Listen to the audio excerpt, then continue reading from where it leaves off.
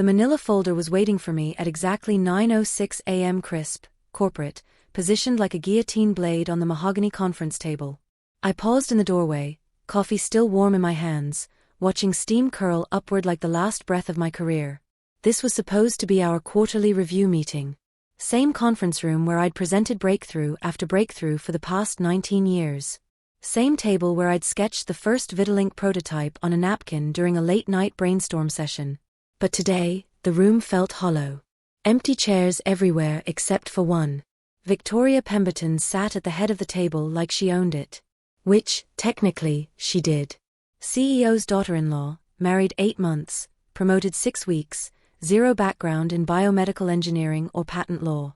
But there she was, manicured fingers drumming against wood, delivering the end of my life's work in a manila envelope. "Alina, please sit." Her voice carried that practiced sympathy they teach in management seminars. "This conversation is difficult." I remained standing. 19 years of loyalty, of 60-hour weeks, of missing my daughter's recitals to debug algorithms that would save lives. 19 years, and now I was getting dismissed by someone who probably couldn't spell biocompatibility. "We're restructuring the legacy department," she continued, sliding the folder toward my empty chair.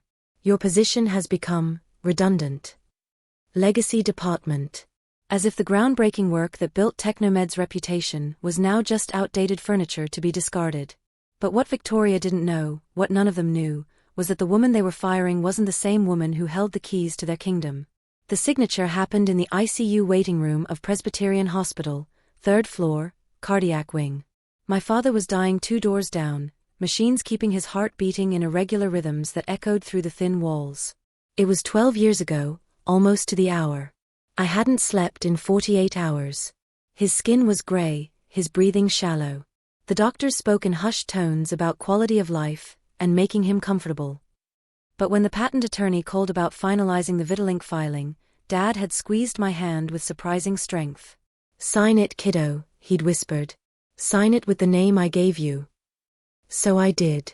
Right there in that fluorescent-lit waiting room, laptop balanced on my knees, surrounded by the smell of disinfectant and fear.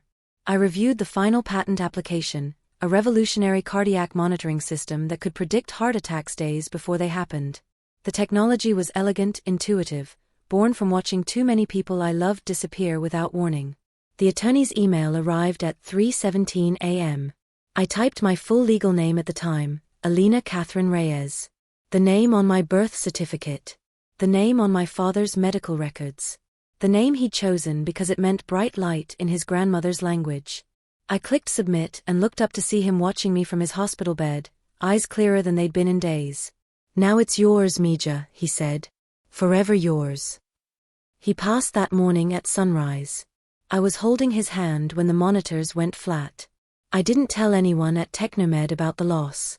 I returned to work the next day, threw myself into development, believing that dedication would make me invincible. That if I worked hard enough, sacrificed enough, stayed silent through enough meetings where younger men got credit for my innovations, I'd earn the security I craved. But security was never theirs to give. Because 2 days ago, they labeled me redundant. Yesterday, they deactivated my security badge.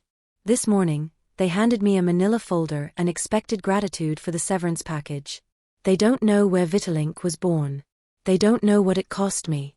They only know what it's worth now, $740 million and counting. But sometimes the most valuable things are hidden in the quietest places. In hospital waiting rooms. In a dying man's last words. In the name you never thought you'd need to remember. Alina Catherine Reyes. The name on the patent. The one they forgot existed. There's a particular type of person who enters a boardroom like they've inherited gravity itself. Victoria Pemberton was that person. She hadn't earned her way into Technomed, she'd married into it 8 months ago when she became Mrs. Harrison Pemberton III, the CEO's only child. 6 weeks later, she was named Director of Strategic Innovation, a position that didn't exist before her wedding but somehow gave her authority over projects she'd never touched, technology she couldn't pronounce, and people who'd built their careers before she'd graduated from her MBA program. She had the polished appearance of someone whose biggest professional challenge was choosing between catered lunch options. Designer blazers, a Northwestern MBA, a smile that never quite reached her eyes. But beneath the corporate veneer was a dangerous combination of ignorance and authority. I remember the first department meeting she led. It was a Tuesday afternoon, full engineering staff present, holographic displays showing real-time patient data from our pilot programs. Vitalink was in final FDA review, months of regulatory documentation finally paying off. Victoria stood at the front of the room and asked, with complete seriousness, "Have we considered making the heart monitors prettier? Maybe in different colors? Pink for women, blue for men." The room went dead silent. Dr. Martinez, our lead cardiologist, blinked slowly. One of the senior engineers started to speak, then stopped. I stared at Victoria, searching for any sign she was joking. There wasn't one. We weren't making fashion accessories. We were creating life-saving medical devices that required FDA approval for every component, every material, every shade of surgical-grade plastic. The pretty colors she wanted would require 18 months of additional testing and millions in compliance costs. But Victoria thought medical devices should be consumer-friendly, and her aesthetic opinions were now driving company strategy. She'd never designed a circuit board, never debugged biocompatible software, never stayed up until 3 a.m. troubleshooting sensor calibration issues. But she had the ring, the name, the access to closed-door executive meetings where decisions about my life's work were made without consulting the person who created it. I learned to watch her carefully after that, not out of respect, but out of survival instinct. She didn't see groundbreaking innovation, she saw products that weren't market-ready. She didn't see experienced engineers, she saw expensive overhead. So when I sat across from her at 9:06 a.m. with that manila folder between us, I didn't just feel insulted. I felt endangered. Because people like Victoria don't just cut costs, they dismantle foundations without understanding what those foundations support. And when everything collapses, they blame the architects. There's a quiet power in remembering who you were before they tried to erase you. Long before I became Alina Morrison, senior biomedical engineer at Technomed, I was Alina Catherine Reyes, the name whispered by my father during his final hours, the name on my master's thesis, the name on every early research paper I'd published as a graduate student. I never let that name disappear. Not legally, not professionally. 11 years ago, just after the first Vitalink prototype showed promising clinical results, my mentor, a patent attorney who transitioned to IP consulting, took me to lunch. She didn't talk about licensing agreements or corporate policies. She talked about people, about power dynamics, about the ways brilliant women disappear from their own success stories. "They'll celebrate you until you become inconvenient," she said, cutting her salad with surgical precision. "Then they'll act like you were never part of the equation. So when that day comes, and it will come, make sure they can't erase you from the foundation." That night, I filed paperwork to establish an LLC in Delaware, a jurisdiction with ironclad intellectual property protections. I registered every design element, every algorithm, every biocompatible material specification under one entity, Reyes Medical Innovations. Owner, Alina Catherine Reyes. I never told anyone at Technomed. Why would I? They never asked. They were too busy slapping corporate logos on my innovations and assigning project managers to oversee my research teams. I kept delivering results. They kept assuming ownership. When I got married 4 years later and changed my name on payroll and benefits, no one from legal requested updates on my prior intellectual property filings. They assumed the company owned my work because I created it while employed, but none of them had read the original provisional applications. None of them knew that Vitalink's core technology, version 1.0, was submitted 3 days before I signed my full-time employment contract. So I let them assume, and I kept building. There were moments I questioned whether the precaution was paranoid. After all, I believed in Technomed's mission, trusted my colleagues, took pride in our collective achievements. I survived 4 rounds of layoffs, trained supervisors who eventually outranked me, declined 3 CTO offers from competing firms. But that name, Reyes, stayed alive in legal documents, not in office conversations. Now, sitting in my home office with the manila folder still unopened beside me, I feel no panic.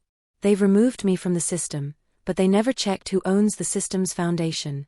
When they try to expand Vitalink's deployment, when they attempt to license the technology to other manufacturers, when they make promises to investors about future development, they'll discover a gap in their ownership chain. And in that gap sits my name. Quiet, legal, unbreakable. Not out of spite. Out of foresight.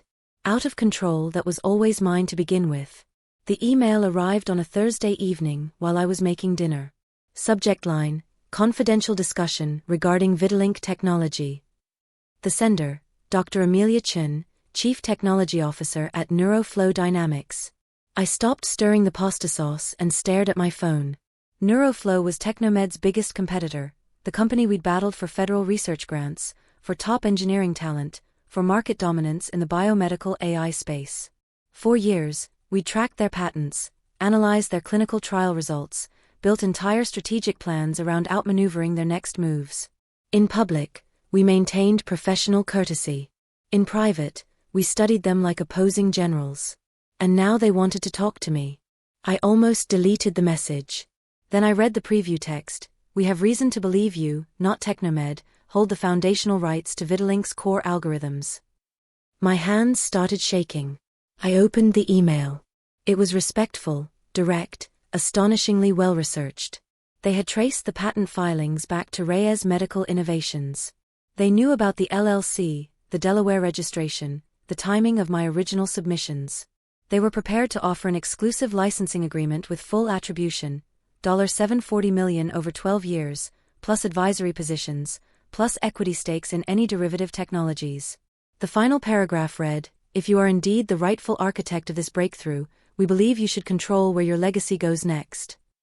I closed the laptop and walked to the window, pressing my forehead against the cool glass.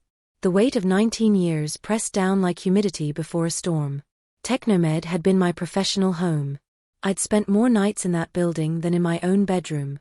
I'd brought Vidalink to life on their whiteboards, fought for funding when the executives thought cardiac prediction was too niche, defended the project when cost-cutting measures threatened to shut us down. I'd done it not for profit, but because I believed this technology could save lives. My father's life. The lives of thousands of people who deserved more warning, more time, more chances to say goodbye. Now I was being offered the opportunity to hand that life-saving innovation to our biggest rival. It wasn't about money. It never had been. It was about identity, about justice, about the difference between betrayal and self-preservation. Who was I now? A discarded employee? A silent inventor? A traitor to the company that had raised me professionally? Or was I the woman who remembered what she'd built before they tried to make her forget? I reopened the laptop and clicked reply. One sentence: "We need to meet in person." Because this wasn't just about licensing agreements. This was about deciding what Vidalink becomes, and under whose leadership it saves lives. And the truth I couldn't avoid was this: Technomed wasn't Technomed anymore. Not the mission-driven company I'd helped build, not the team that valued innovation over politics. Now it was run by people who saw medical breakthroughs as fashion accessories, who fired chief engineers over lunch without bothering to check where the intellectual property lived. It wasn't the house I'd built anymore. It was someone else's facade, resting on blueprints they'd never bothered to read. The conference room at Neuroflow was nothing like Technomed's ostentatious boardrooms. No marble tables, no panoramic city views, no corporate portraits staring down like disapproving ancestors. Just clean lines, soft lighting, and two people who understood the weight of what we were discussing. Dr. Chun sat across from me with a folder of documents that looked thinner than it should have been for a $740 million agreement. Beside her, their head of legal affairs, a woman about my age with the focused intensity of someone who'd spent years protecting innovators from corporate predators. "We've done our research, Alina," Dr. Chun began, using my first name like we were colleagues rather than rivals. "The original Vidalink patents are rock solid.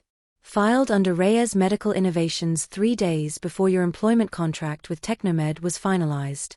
They have licensing rights through their derivatives agreement, but no ownership of the core technology," I finished. "And no right to expand, modify, or transfer those licensing rights without my written consent." She nodded. "Section 12.7 of your original agreement is particularly comprehensive." I almost smiled. Section 12.7 was my masterpiece, a clause I drafted after watching too many brilliant colleagues get erased from their own success stories. It stated, in legally bulletproof language, that any expansion of Vidalink's deployment, any licensing to third parties, any integration with other technologies required biometric authorization from the original patent holder. L. Catherine Reyes. The signature they'd never bothered to look for. The agreement includes full attribution rights, Dr. Chun continued, sliding the contract across the table. Your name will be on every device, every clinical trial, every research paper. Not as a contributor, as the creator. I read through the terms carefully. Exclusive licensing. Full creative control. A research budget that would make Technomed's CFO weep. And most importantly, a guarantee that Vitalink would be developed responsibly, tested rigorously, deployed where it could save the most lives rather than generate the highest profits. I reached for the pen. My signature was steady, deliberate. Not the shaky handwriting of someone making a desperate decision, but the confident strokes of someone reclaiming what was always theirs. This isn't revenge, I said as I handed the contract back. We know, Dr. Chun replied. This is correction. As I walked out of Neuroflow's building, no part of me felt guilty. No part of me wished I'd given Technomed another chance to value what they'd tried to discard. I hadn't betrayed anyone. I'd simply remembered who owned the foundation. It started with a software glitch that wasn't actually a glitch. At 8:47 a.m. on Monday, every Vitalink device in Technomed's pilot program displayed the same error message: authorization required, contact patent holder for continued service. The devices still functioned, they continued monitoring patients, collecting data, saving lives. But they couldn't be updated, couldn't be expanded to new hospital systems, couldn't be integrated with the next generation features that Technomed had promised investors. I wasn't watching their internal communications, but I didn't need to. The signs were everywhere. By 10:15 a.m., Technomed's stock had dropped 12%. By noon, their customer service phones were ringing non-stop with confused hospital administrators demanding explanations. By 2:30 p.m., Victoria Pemberton had called an emergency board meeting. The message I'd been waiting for arrived at 4:17 p.m., forwarded from a former colleague who'd survived the latest round of layoffs. They're looking for you. They want to meet. I didn't reply immediately. Instead, I poured myself a glass of wine, sat on my balcony, and watched the sunset paint the sky in shades of vindication. My phone buzzed again. This time, a voicemail from Technomed's general counsel. Alina, we need to discuss the Vitalink licensing situation. There seems to be some confusion about intellectual property ownership. Please call me back as soon as possible. Confusion. As if 19 years of dedicated service had somehow created a misunderstanding about who built what. I took another sip of wine and deleted the voicemail. The next message came from Victoria herself. Alina, I think there's been a mistake with the patent filings. We should meet tomorrow to clear this up. I'm sure we can work something out. Work something out. Like my life's work was a billing error that could be resolved with a phone call. I turned off my phone and went inside to make dinner. Let them scramble through filing cabinets and digital archives, hunting for a signature they'd never thought to look for. Let them realize that firing someone doesn't erase their intellectual property rights. Let them learn the difference between employment and ownership. Because while they'd been busy treating me like overhead, I'd been busy protecting the foundation they thought they owned. And foundations, real foundations, don't crumble just because someone removes the nameplate from your office door. They rise when the architect decides it's time to build something better. 6 months later, I stood on the main stage at the International Biomedical Innovation Conference, looking out at an audience of engineers, doctors, researchers, and investors who understood the difference between innovation and imitation. The moderator's introduction was everything I'd never heard at Technomed. Please welcome Dr. Alina Catherine Reyes, founder of Reyes Medical Innovations and the creator of Vitalink Cardiac Prediction Technology. Not team member. Not contributor. Creator. The nameplate on the podium read the same, Dr. Alina C. Reyes, founder and chief innovation officer. The name my father had chosen. The name that had never left the patent documents. The name they'd forgotten existed until it became the only name that mattered. During the Q&A session, a young biomedical engineer asked about corporate attribution and intellectual property protection.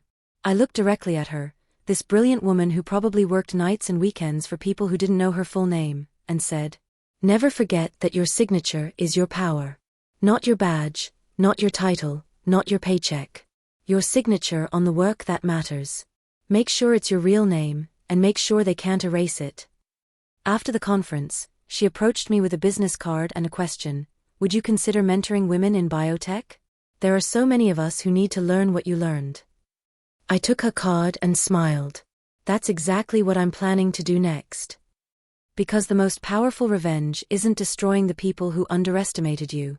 It's building something so significant that they can't pretend you were never there. And teaching others to do the same. Vitalink now saves an average of 47 lives per day across 12 countries. Every device bears a small inscription, developed by Dr. Alina Catherine Reyes, Reyes Medical Innovations. The signature they never saw coming. The name they can never erase. If this story resonated with you, if you've ever built something others tried to claim, if you've ever been restructured out of your own achievements, if you've ever wondered whether loyalty is worth the cost, share your story. Your name matters. Your signature has power. And somewhere out there, another innovator needs to remember that their greatest work belongs to them, not to the people who sign their paychecks.